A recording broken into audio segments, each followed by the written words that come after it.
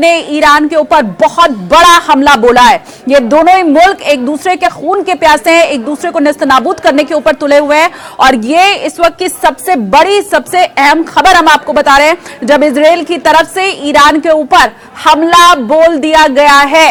पहले से ये खबरें मिल रही थी कि इजराइल ईरान पर हमला करेगा, धमकियां दोनों तरफ से दी जाती रही थी, लेकिन अपडेट इन सब के बीच यही है कि इजराइल ने ईरान पर हमला बोल दिया है और इस बात की जानकारी खुद अमेरिका की तरफ से दी गई है। मतलब ये बेबुनियादी बातें या सिर्फ हवाई चीजें नहीं है, बाकायदा अमेरिका की जो मीडिया रिपोर्ट्स हैं वो इस बात की तस्दीक कर रही हैं कि इजराइल ने ईरान पर हमला किया है। आपको याद होगा ये जो पूरा इन दोनों देशों के बीच जंग का माहौल है, 1 अप्रैल को उसकी शुरुआत हुई थी। 1 अप्रैल को सबसे पहले दमिश्क में इजराइल ने ईरान के दूतावास के ऊपर हमला किया था और उस वक्त से ही ईरान बार बार ये कह रहा था कि वो इस हमले का बदला लेगा और बदला लिया भी ईरान ने। 14 तारीख को ईरान की तरफ से हमला इजराइल के ऊपर किया गया था, उस वक्त रॉकेट दागे गए थे और ये हवाई हमला ईरान ने इजराइल पर किया था। तो एक बार इजराइल का ईरान पर हमला 1 तारीख को, फिर ईरान ने इजराइल पर हमला किया 14 तारीख को। अब आज का ताजा हालात जो है वो हम आपको बता रहे हैं कि कैसे पलटवार इजराइल की तरफ से फिर किया गया है। तो मतलब एक बार एक देश दूसरे देश को हमला कर रहा है, फिर उनकी तरफ से हमला किया जा रहा है और ये पूरे विश्व के लिए घातक है। कैसे इसका असर आपके ऊपर भी पड़ेगा आगे हम आपको बताएंगे, लेकिन आज का दिन जो चुना गया है उसके बारे में भी आप जान लीजिए कि आज का दिन जो चुना गया है वो ईरान को कैसे और ज्यादा भड़काने वाला है। देखिए यहाँ की जो सुप्रीम लीडर है खामनेई, उनका जन्मदिन है।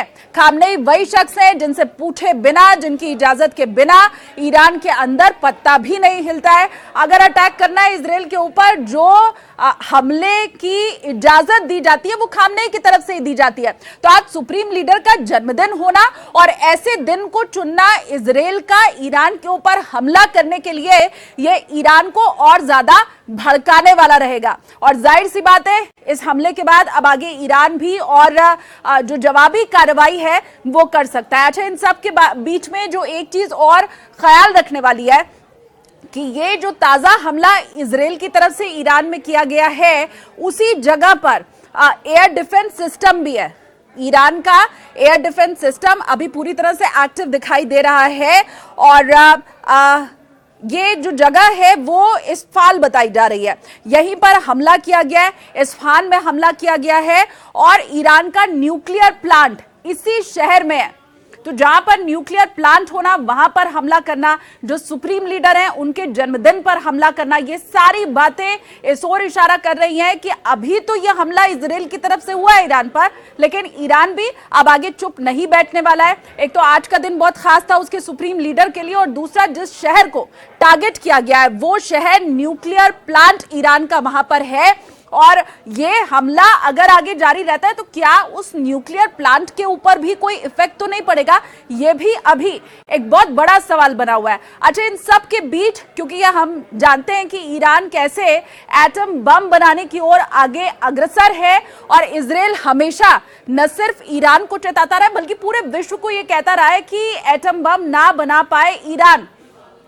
तो हमला अब अगर इजराइल की तरफ से जारी किया जाता रहा तो एक्सपर्ट यही बता रहे हैं कि वो तमाम जगहें जहां पर एटम बम बनाने की जानकारी ईरान के पास है या जहां उसकी तैयारी चल रही है, अगला हमला इजराइल का वहीं पर हो सकता है, क्योंकि वो किसी भी तरह से ईरान को पनपने नहीं देना चाहता है एटम बम बनाने वाली शक्ति के तौर पर। तो अगला हमला अब ये, क्योंकि इजराइल की तरफ से तो देखिए शुरू हो ही चुका है, ये हमले अगर जारी रहते हैं तो उन सभी जगहों पर टारगेट जरूर किया जाएगा जिससे कि इजराइल को खत्म करने की ओर आगे बढ़ पाए इजराइल। और जाहिर सी बात है ये पूरे विश्व के लिए चिंता की बात है। अच्छा, अब एक और बहुत बड़ी बात जो मैं पहले भी आपको कह रही थी कि कैसे इसका आपके ऊपर असर पड़ेगा, कैसे इसका पूरे विश्व के ऊपर असर पड़ेगा।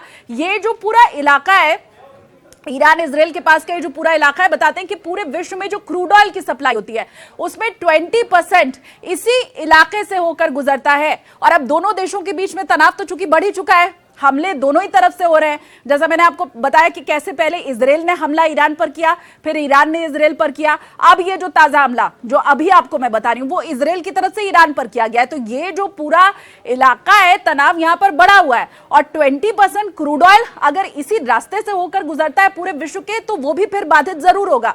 और ऐसी स्थिति में क्रूड ऑयल के दामों में उछाल आना जाहिर सी बात है, होना ही है। और अभी आज का जो ताजा आंकड़ा है वो आपको मैं बता दूं कि एक तरफ तो ये भय कि क्रूड ऑयल का दाम कहीं बढ़ न जाए, और दूसरी तरफ रिपोर्ट्स ये बता रही हैं कि 4% क्रूड ऑयल का दाम बढ़ भी चुका है। तो बहुत बड़ी खबर, एक तरफ तो इजराइल का ईरान के ऊपर हमला, और उस तनाव के बीच में, उस चिंता के बीच में क्रूड ऑयल का दाम 4% बढ़ चुका है। तो जाहिर सी बात है, एक तरफ तो सप्लाई बाधित होना, क्रूड ऑयल का दाम बढ़ना, और ये हर किसी की जेब के ऊपर भारी पड़ेगा आने वाले वक्त में। अच्छा, ये तो इजराइल का ईरान के ऊपर हमला हुआ, जैसा मैंने आपको बताया।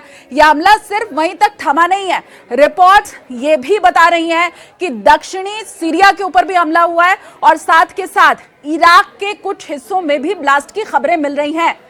और ये भी जानकारी है कि फिर ये भी इजराइल की ही तरफ से किया गया है।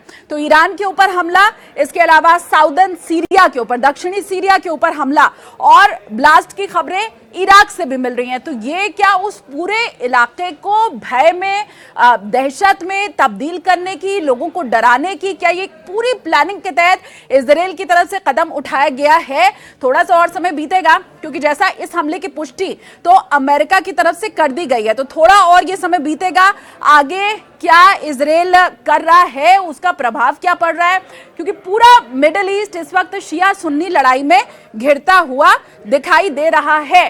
तो क्या आगे आने वाले वक्त में ये सिर्फ एक क्षेत्रीय लड़ाई बनकर नहीं रह जाएगी, बल्कि शिया सुन्नी की भी तो कहीं लड़ाई नहीं हो जाएगी? ये अभी बहुत बड़ा सवाल इन सब के बीच में बना हुआ है, और आगे जाहिर सी बात है हमारी नजर भी उसके ऊपर रहेगी। लेकिन तस्वीरें साथ के साथ हम आपको दिखाते चल रहे हैं कि कैसे ये जो ताजा हमला हुआ है, ये जो ताजा हमला हुआ है उसी से जुड़ी हुई तस्वीरें आपको इस वक्त हम दिखा रहे हैं।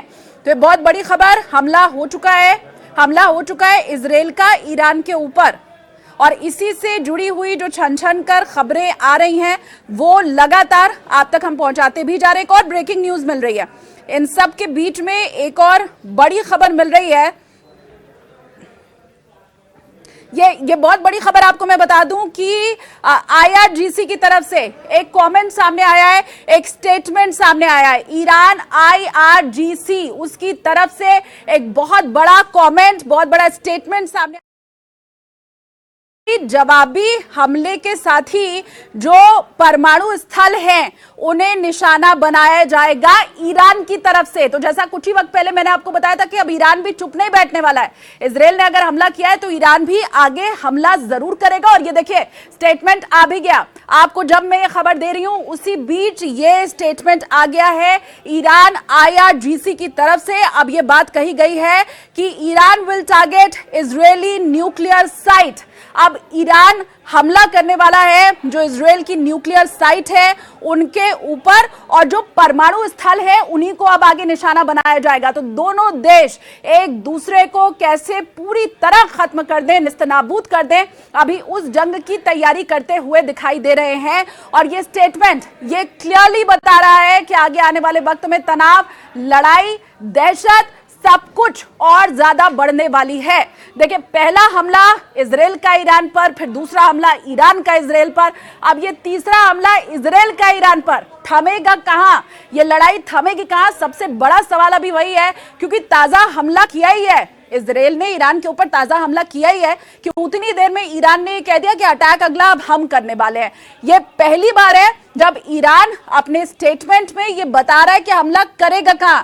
इसके पहले तो अमेरिका भी यही कह रहा था कि हमला किया तो जरूर जाएगा, समय क्या होगा पता नहीं है, वक्त क्या होगा, जगह क्या होगा पता नहीं है। शुरू में ये खबरें मिल रही थी कि भाई रमजान का महीना चल रहा है तो वो बीतने के बाद ही जो जंग है वो आगे बढ़ेगी। लेकिन इस हमले के बाद, इजराइल के ईरान के ऊपर इस हमले के बाद ईरान ने अभी यह बता दिया है कि वो अटैक कहां करने वाला है।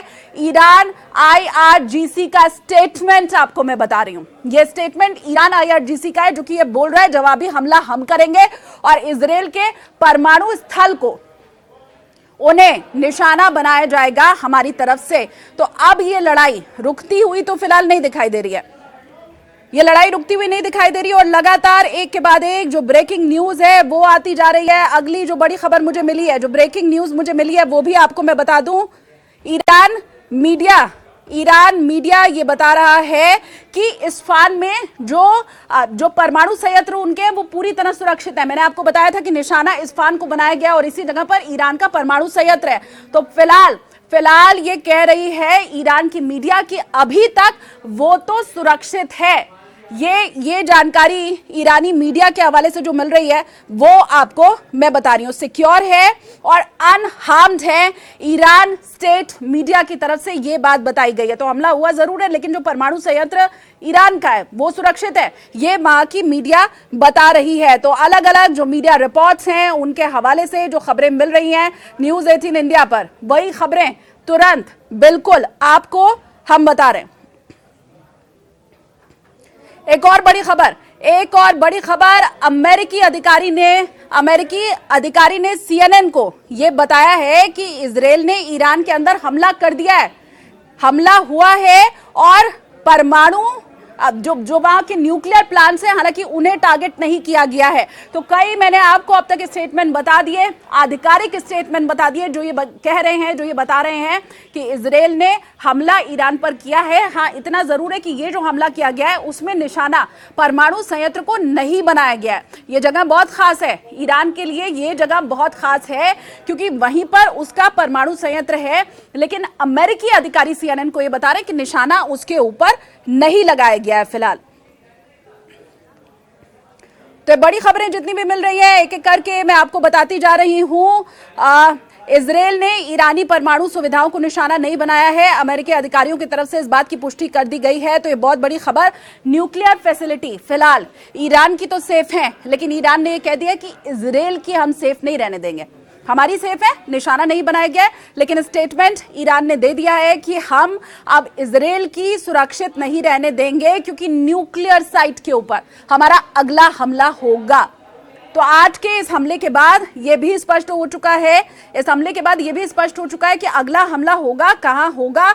अब ये बहुत टेंशन की बात है, सभी के लिए बहुत टेंशन की ये बात। एक और बड़ी खबर मिल रही है, एक और अहम खबर मिल रही है कि विमानों को रोक दिया है, कमर्शियल एयरक्राफ्ट को रोका गया है। ये बड़ी खबर आपको बता रहे हैं। ईरान के अंदर जो कमर्शियल एयरक्राफ्ट थे उन्हें फिलहाल रोक दिया गया है और ये मीडिया वहां पे बता रहा है कि जो इस्फहान शहर है जहां पर हमला किया गया है, इजराइल ने इस्फहान शहर के ऊपर हमला किया है और उसी के पास जो उनका डिफेंस सिस्टम है, एयर डिफेंस सिस्टम है, वहां पर गोलीबारी और विस्फोट की आवाज सुनाई दी है। अब ये जो खबर मिली है, ये जो ब्रेकिंग न्यूज मिली है, इसी को फिर से मैं आपको और क्लियर करके बता दूं। जो कमर्शियल एयरक्राफ्ट्स हैं उन्हें फिलहाल ईरान ने रोक दिया है क्योंकि जिस जगह पर इजराइल की तरफ से हमला किया गया है उसी जगह, मतलब इस्फहान शहर, उसी के पास जो उनकी एयर डिफेंस सिस्टम है वहीं पर फायरिंग की आवाज सुनाई दी है। तो एयर डिफेंस सिस्टम के पास ही फायरिंग की आवाज सुनाई देना, वहां पर कुछ विस्फोट जैसा होना, ये सब उसी जगह पर हुआ है जहां पर उनका एयर डिफेंस सिस्टम है और इसलिए फ्लाइट्स को अभी रोक दिया गया है। कमर्शियल फ्लाइट्स जो वहां पर आने वाली थी उन्हें फिलहाल के लिए रोक दिया गया है। ये एक और इस वक्त की बहुत बड़ी खबर,